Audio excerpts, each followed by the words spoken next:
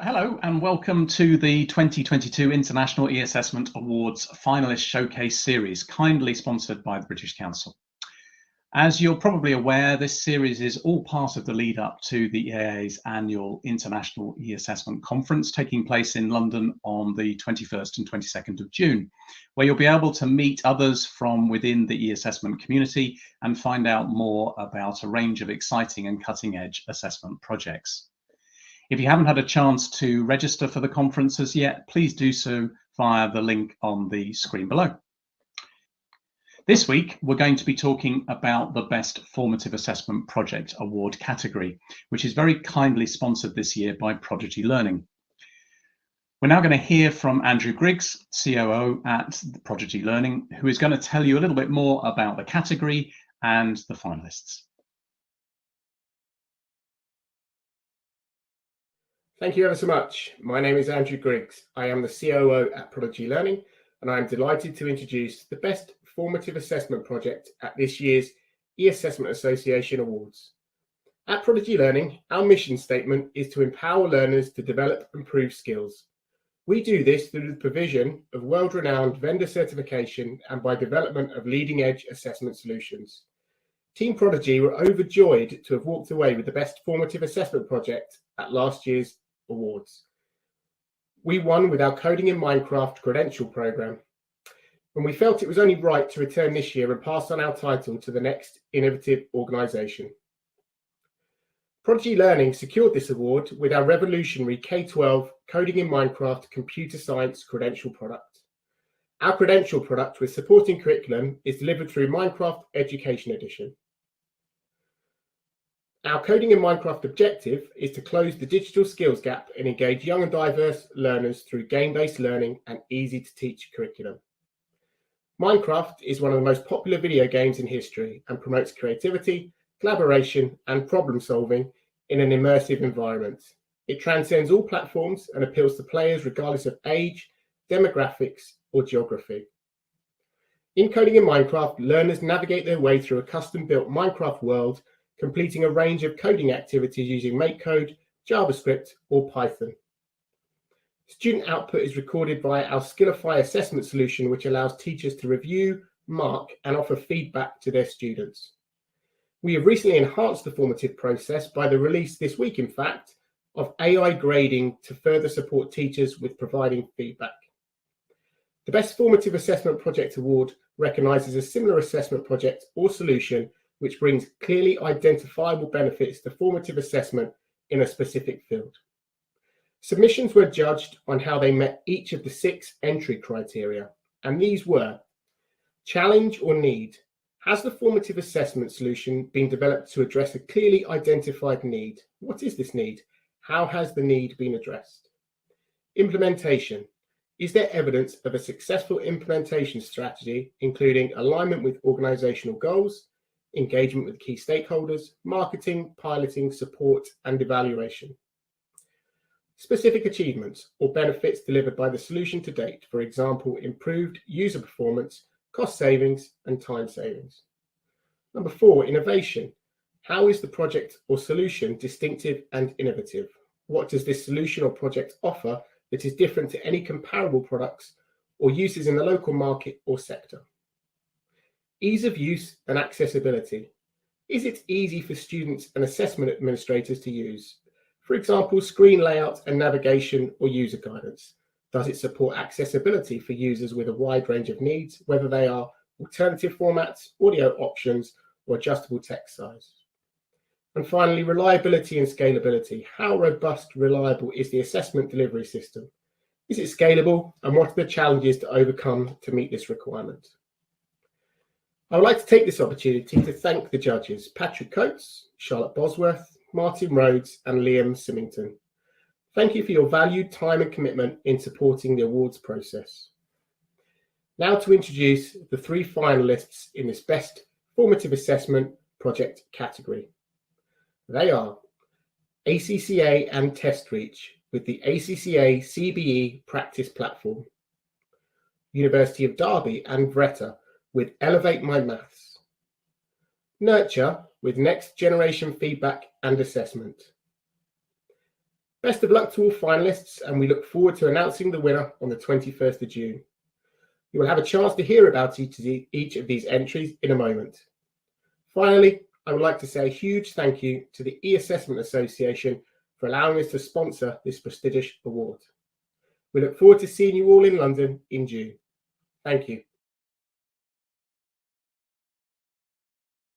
So thanks very much to Andrew, and once again to Prodigy Learning for sponsoring this award category. We're now going to hear from the three finalists within the category, who are going to tell you a little bit more about their formative assessment projects.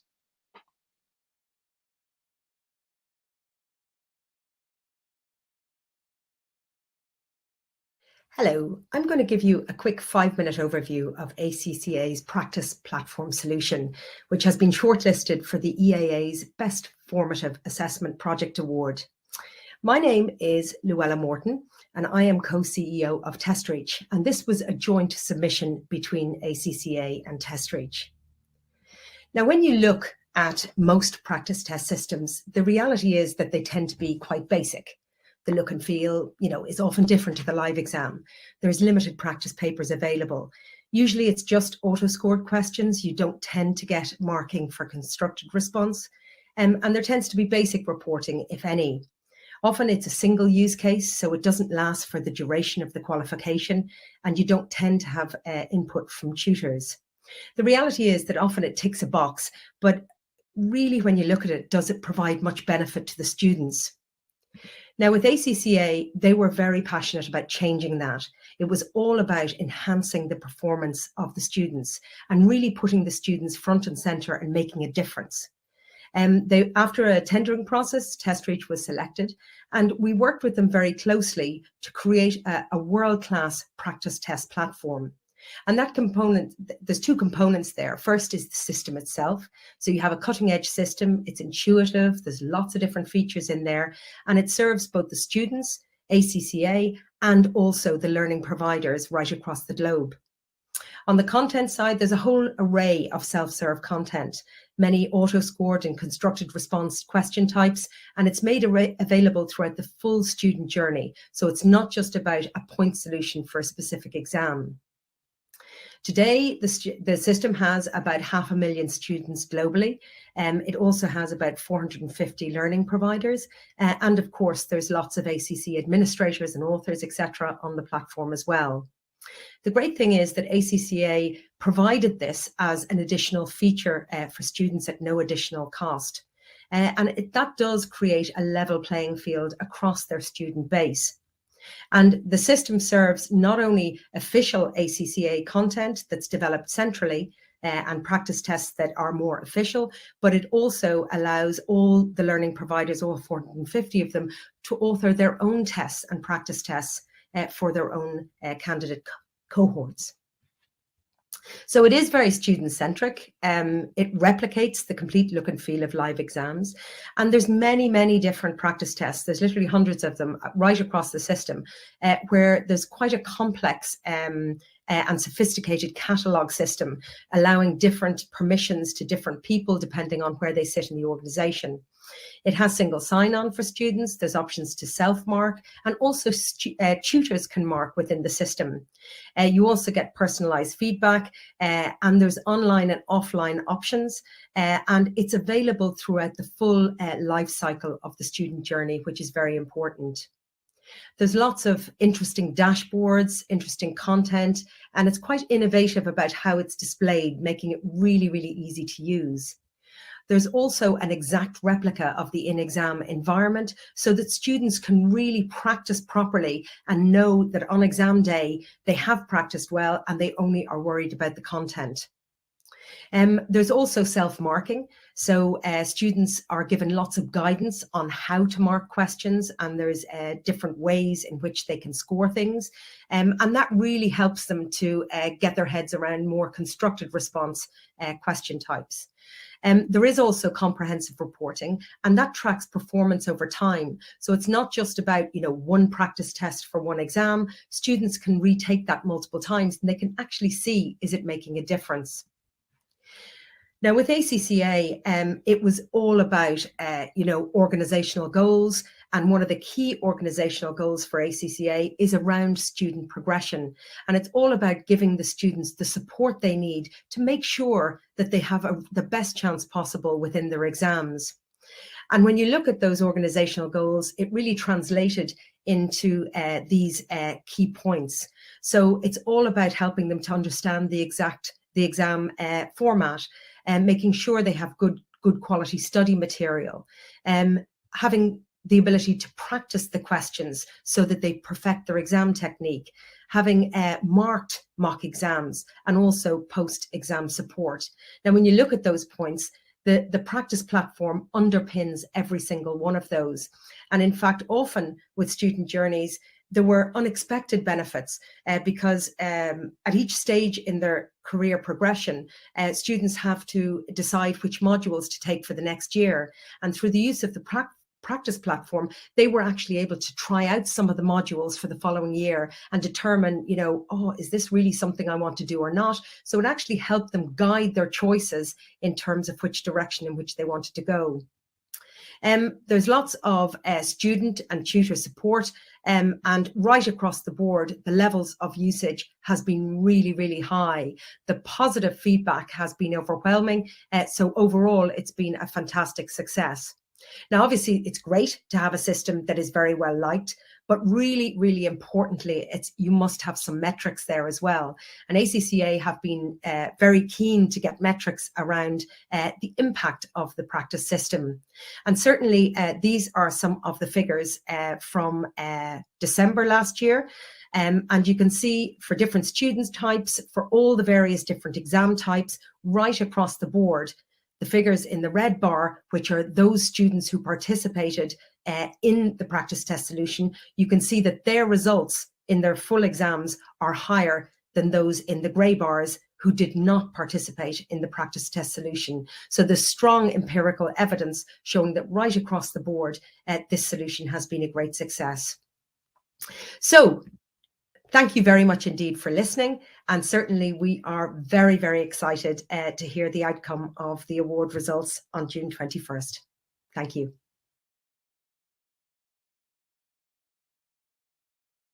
Greetings, everyone. I'm Ovidiu Bagdasar, Associate Professor in Mathematics at the University of Derby. Thank you, Ovidiu. Hi, my name is James Howell. I am the Director of Academic Partnerships at Vretta, Inc. We're very excited to show you our formative numeracy solution here today. Let's talk about the challenge being faced by the world today. Thank you, James. Numeracy is a global challenge. Recent UK government statistics estimate the economic impact of poor numeracy skills at £20 billion per year. We often hear people claiming that they are poor at maths, but I've never heard anyone boasting about how poor their literacy is. And this is an attitude we really want to change. At university, we aim to support all our learners to improve their numeracy and to prepare for the global job market. In Canada, numeracy has also been at the forefront of discussion. It's a key challenge for all higher education institutes. To support students in Ontario, Vretta Inc. has designed an assessment for learning platform called Elevate My Math. This award-winning platform is designed around the principles of assessment for learning. It first identifies student gaps with a diagnostic. Then it allocates a personalized learning plan with interactive voice-enabled pedagogies through formative processes and modules, and then it wraps it up with a mastery-based summative at the end. We quickly realized that EMM would be a perfect tool for the University of Derby, and over a few workshops involving Vretta, school teachers, psychologists, researchers, learning technologists, and also Derby students, we tested the platform and established how to use EMM in class, how to deploy it on our virtual learning environment, and how to further develop EMM based on current research in maths anxiety. We have also included features like GDPR, accessibility, equality, diversity, and inclusivity. In the pilot project that started in 2018 to 2019, we took an off-the-shelf EMM product and we brought it to 300 Derby students in the College of Engineering and Technology, and we tested it out to gather data and collect feedback. Significant improvements were noticed in maths performance to larger groups as well, specifically the maths computing and engineering group, alongside excellent feedback, particularly from mature students, indicating that the experience was positive. So just here in the initial launch, there was a singular diagnostic with a full set of modules, and it gave, following the diagnostic, it would give the students a visual cue, traffic light format here, green showing their strengths, yellow showing their borderline areas in the topics of math, and then red indicating gaps. The idea here was to guide the students through their personal learning experience with those interactive formative modules.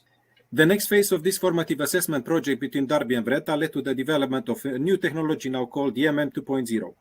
Innovations include the design of 12 numeracy courses for the learners across the university, starting from psychology, STEM subjects, finance, business, or nurse education.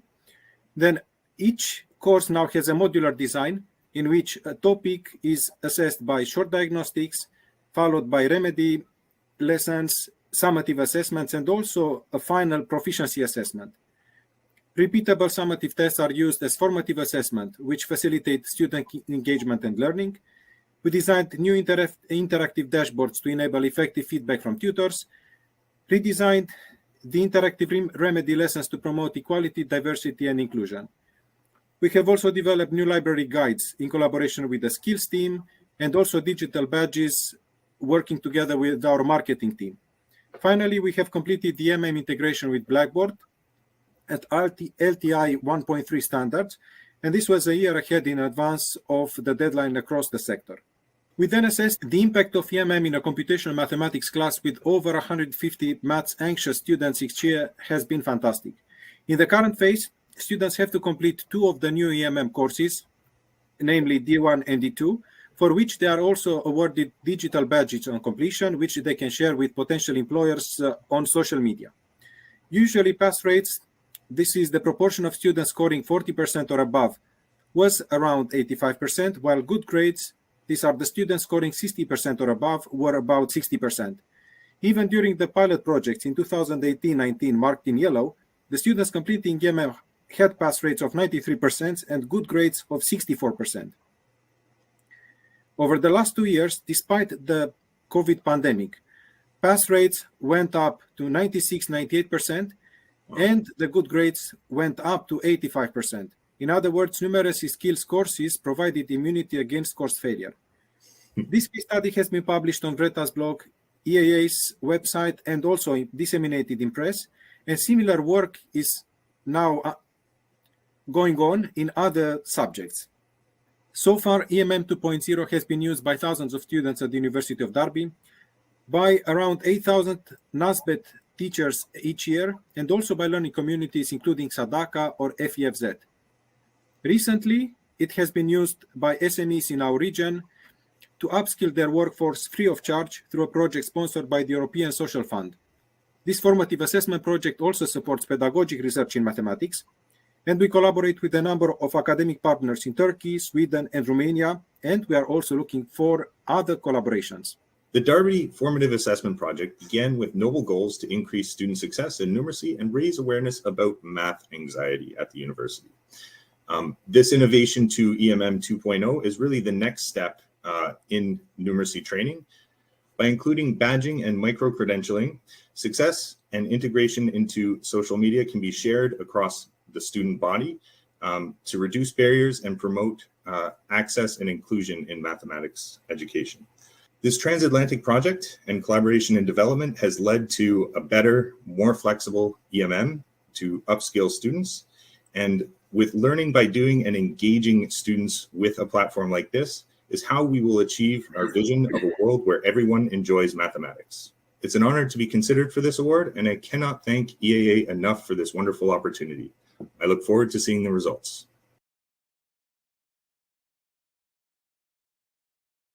Hello, folks. My name is David Neville. I'm co-founder and CEO of Nurture, and delighted to be a shortlisted candidate for the eAssessment Awards. And I'm going to take you through a very quick background and an overview of Nurture and how we bring research frameworks into the platform that we use to close the feedback loop between students and teachers. So if we go back to the problem we originally saw, the challenge of a classroom environment is that a teacher has 25 students on average, and that makes it really hard for them to connect with their students on that individual level. Now, why does that matter? Because we know how impactful that connection can be. that the students who do receive the personalized instruction perform better than traditionally taught students. So when it's that compelling how effective that can be, how do we make that possible in the digital environment? And what we've learned over the last number of years post-COVID is that now, because more and more of assessment and feedback is happening online, we can bring the pedagogy into that process so that our teachers and students can have a more meaningful human connection than they would have been able to have before. So the way we look at this is it's about closing the feedback loop. For the first time, we're able to look at things far more than measuring a student simply by their progress when it comes to grades. We feel that it should never come as a shock at the end of a term or a semester that our students have done poorly or done well. It should be something we know along that way. So some of the key things we look at when it comes to closing the feedback loop with Nurture is, for example, looking at student confidence with every submission. We also then look at a student reflection, that when they get the feedback, we make sure that they've taken that feedback on board and can show their progression from that feedback as well. So in summary, this is almost how we look at reducing our dependency on high stakes end of term exams so that we can have a better picture of all of our students as they progress over time. That's really important when we think of the individual student level, but it's also hugely important when we move up the level in terms of schools, organizations and trusts, when they can now see classes, year groups, whole departments and how they're progressing across some of those key metrics as well. So if we look at the Nurture way, what makes Nurture unique and what is it about Nurture that teachers have really responded well to when they're working with their students and students are getting more value from that feedback? So one of the key things that we looked at from when we started back in 2017 with an organization called Jumper Grade, it's a not-for-profit company that supports students from less fortunate backgrounds, and Nurture was an evolution out of that. Nurture was the platform and the research frameworks behind what we were doing that we now realized that was not just a problem for our own teachers and our own students, but actually every teacher in every school and organization was now facing those same challenges around digital assessment and feedback. So the Nurture way embeds the pedagogy into the digital assessment workflow of teachers and students. So what we have here is looking at some of the steps and what we do differently. So some of the very key points, and again, based on the framework that we did with Trinity College in Dublin and Learnovate, the EdTech Research and Design Centre, is looking at how we can embed that into that workflow. So for example, every time a student submits their work, they have to tell us how confident they are in their answers. That's a hugely important part of effective feedback, and I'll show you how that works in a few moments. Then we guide teachers with that framework of how to give effective feedback, so giving that structure and thinking of the John Hattie framework of task level, process level, where to next. That's built into the system for teachers. Then we have students reflect on that feedback afterwards, so we close that feedback loop. So the analogy I'd make would be that after a student receives really good feedback in paper, they can just look at their grade and that piece of paper gets shoved to the bottom of their bag. We want to make sure the students are getting the value of that feedback and are able to come back and see the value in future. And the last part of then is how it feeds into a learner passport, how we can look at a student's progress being so much more than just their grades, and looking at student confidence levels, engagement, reflection, being key factors within that as well. So just to give you a quick insight in terms of how some of this looks before I jump into actually showing the product in action.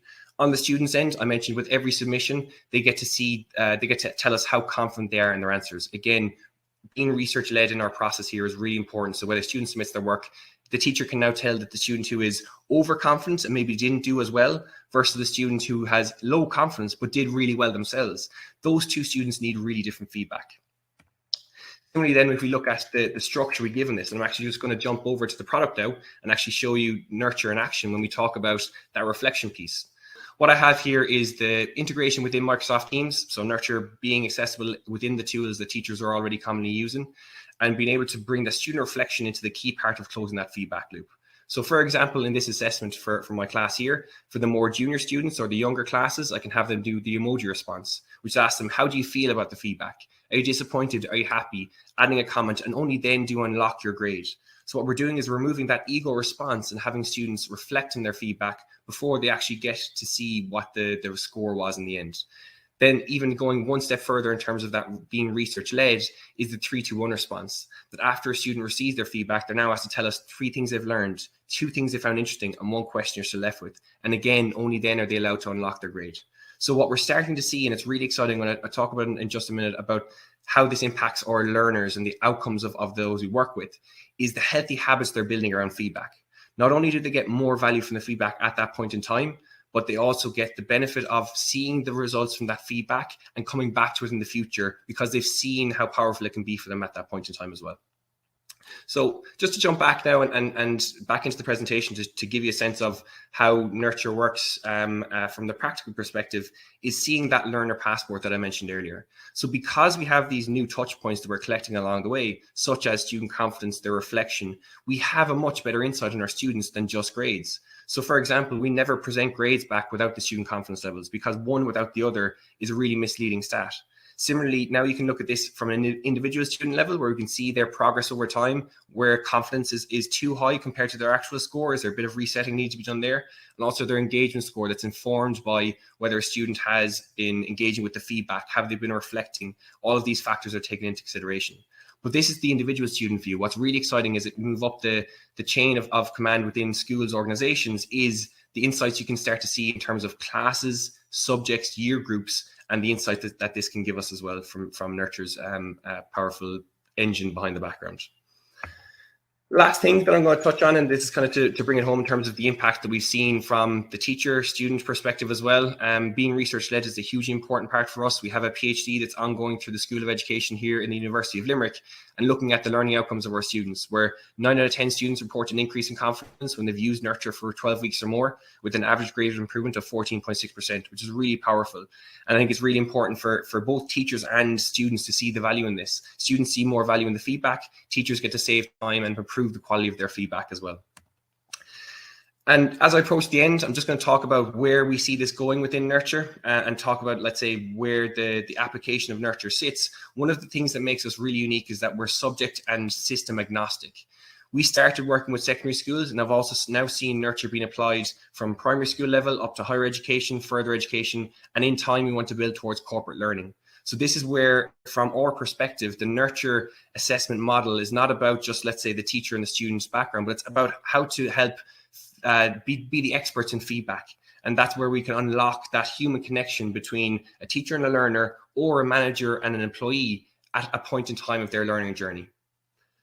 And I might just finish with this point in terms of looking at the application, the value that we can bring at the different levels of those that we work with. So taking one particular example, we work with Charlton Collegiate Academy, who are an exceptional school in the region of Birmingham, and seeing the different layers of value that Nurture can bring. So starting at the bottom with the students, I think it's most important to think there that students really like the power of the feedback, that this student here talks about, I can see how to improve really easily, and set out in a nice way, that they actually notice themselves an improvement in the band from band 4 to band 5 in their particular subject of English.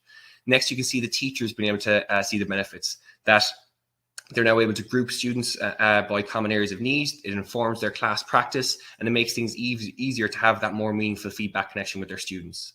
And when we look then at school leaders, so from a principal level, Dave Irish talks about how he was able to see sitting in a class and students telling him that they're more likely to engage with feedback, and the motivation that comes in the back of that. So that's really powerful for introducing that positive change within the school system. And finally then, where we see it at the leadership level at multi-academy trust layer, is talking about how the value add of the data and insights they can see is how we can make that something that's accessible to all teachers, so that they can be informed at that senior leadership level as well of the outliers in terms of the students who are performing well, the students who are performing poorly, and this being something that all teachers can make use of, and because of the simple nature that's been built. So as I approach the end, I want to thank you everyone for your time. I'm really excited to be a finalist at the Assessment Awards this year. We'd love to, if you got in touch with us, you can contact me and my email here, or visit our website, and of course follow us online for any more information if you'd like. Thank you. So I think you'll agree that there are some really fascinating projects there, and many congratulations to all of the finalists for getting this far in the process. And of course, all the best to them as we wait to find out who the winner is at the gala dinner on the 21st of June.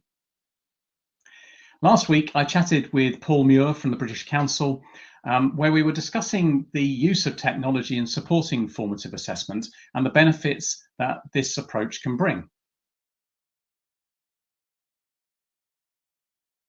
Hi everyone, welcome back to today's look at the Best Formative Assessment Project Award. And I'm delighted to be joined by Paul Muir, who's Head of Technology Enabled Assessment for the British Council, our headline sponsor for the awards this year. And Paul, we're going to be talking a little bit about this particular category, the finalists in the Best Formative Project Award. And I wanted to start, I suppose, by just talking a little bit about the different types of approaches that we have to formative assessment, because I think what struck me, and it'd be interesting to get your views on this, was that each of the 3 finalists that we've had submitted this year have approached formative assessment in a slightly different way using technology. We've had sort of test / exam preparation focus. We've had focus on supporting learners around the gaps of knowledge that they've got as they approach their course more generally, and we've also had a focus on feedback. Any thoughts on those 3 approaches, and perhaps how that links in with the approaches that you use at the British Council as well? Yeah, well, hi Matt, and thanks for having me back. As obviously, British Council is very pleased to be supporting the awards this year. Again, yeah, it's great to be back and talking about the finalists. I think we've been talking about other finalists just before, myself and Romana, other sessions, and I think what's been clear is that there's lots of innovation going on. There's lots of different approaches to this, as you said already, with formative assessment, and I think we've seen throughout COVID. I think that the pressure of it's been put on summative assessment, for example. So actually, the approach and what these organisations have done to formative assessment, as you said, to try and help improve candidates or students' learning and their assessment performance as we've gone through is really, really interesting. And I think, as we've seen in their submissions, has been very successful as well. Been done at scale, differing scales, but been done at scale. Some we're looking at 6 figures, 200,000 plus people involved as well. So all taking different approaches for very different reasons, different types of candidates, different types of students. Some are school learners, some are professionals. But all with those, I think, as we've seen, with the impact and the aim of improving student performance at the end of the day. Yeah, and because it always strikes me when we talk about formative that that obviously the goal is to improve the outcomes at the end and to improve the students' performance in their exams or their tests that they're taking. But it's also, I think, about trying to support the students and their teachers' understanding of what good looks like, of where they are on that spectrum of progress towards their exam. And again, it's really nice to see some of that coming through the entries this year of how the whole process of using this formative technology is helping boost the outcomes that they get at the end. And I agree with you. I think it's one of the things that they've talked about. I think some of the wording, simplifying that formative feedback as well. So, and allowing those students and those teachers, as you said, to pivot as well. I think as you go through, that's the whole point of this formative assessment approach. Letting teachers change the strategy based on what they're hearing, what they're learning, what the feedback is. So that's been really good to see that within these submissions. Yeah, and that it really does have a positive impact. I mean, if you look at the 3 examples we've got in the finalists here, they all demonstrated really significant levels of impact. And just referring back to my notes from the submissions, the projects that ACCA and TestReach submitted, they saw a 21% increase in the pass rate. The University of Derby, who worked with Vretta, they saw a 90% increase in their pass rate, although I think it's worth saying that they were specifically targeting numeracy skills there, weren't they? They were trying to build on the gaps that students had within their numeracy that supported the overall pass rate. And then Nurture was really interesting to see them focusing on feedback and seeing a 14.6% average grade improvement. So it really can work, can't it? I mean, it's quite impressive numbers. It can. And when you hear those numbers, you think, why are more people not doing this? Why? And again, there are obviously people who put their hands up, and I'm sure people will shout at the screen now and say, well, this is why. But when you look at those numbers and that performance improvement, it's a surprise that more people aren't adopting this. And I think we've seen through COVID, we've mentioned it a couple of times, obviously, with the last 2 years. These were not COVID responses, but obviously they've been utilised, I guess, maybe more in COVID than maybe they would have been otherwise. And I think we've seen with things like school exams where, that end of, summative assessment at the end, has really struggled the last 2 years to actually even exist as a concept. So if they'd had something like this going through, which I think obviously have been removed in the last few years, back towards linear rather than modular, would it have been a different response? in that sector.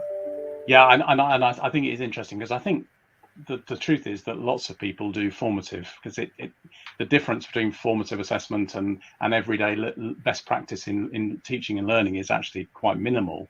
So I think people are doing it, but are they doing it to its most effective, in the most effective way, or and as you were saying earlier on, to large scale deployments? And the truth is that's difficult unless you employ technology to provide that scalability, and of course especially to provide that insight into how you've got on, and how, so for your teachers to look at how you've got on, to provide that resilience in case the summative exam is disrupted. So I think people are doing it, but the examples of where technology are being used to do that at scale and to really impact the overall picture is still quite small, and I do wonder why that is, because it would be good to see more. I also wonder whether there really is a difference, or whether there should be such a hard difference between formative and summative assessment.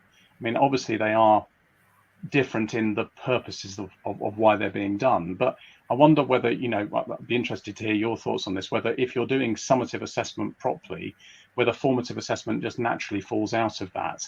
Good summative should lead to good formative practice, I would have thought. I don't know what your views and experience of that is. I think I'd agree with you. Obviously, we work with many different clients at the British Council, and I think a lot of what we do tend to be end of summative exams at the end of a learning course or something like that. But I think we're seeing more and more of our clients talking to us about, how do you put in this formative assessment or learning approach? How can you support it from a technology perspective? What can we do, work with our partners to help them support that? So I agree with you. They should come together. They should live harmlessly together as well. But do we see that enough? I don't think we see it enough. And I think it's something that Nurture picks up on. Simplifying that feedback, simplifying that. It's something. Teachers are very, very busy. They're very, very stretched. Anything you can do to help support that and simplify that, while still giving students that sort of boost and that support they need, should be applauded, I think. Yeah, no, I agree. Well, perhaps that's a good point to sort of bring this to a close. I think, what we're saying is really good examples here of how to do formative assessment well. So if this is an area that as you listen to us talking about this, you're interested in exploring, please do find out more about the submissions that we've got here in our 3 finalists, and join us at the awards ceremony on the 21st of June to find out who won. And Paul, thank you very much for taking the time to join and have a chat about the best formative assessment projects category. Thanks, Matt, and I look forward to seeing who the winner is on the 21st, as you say. So yeah, please join us. Thanks. So that's it from me today. I'll be back on Tuesday for the last webinar in this series, when we'll be looking at the best summative assessment project category, and once again hearing from all of the finalists. Thank you very much to all of the judges and everyone who entered the best formative assessment project category this year, and best of luck to all of the finalists. I really look forward to seeing you next time.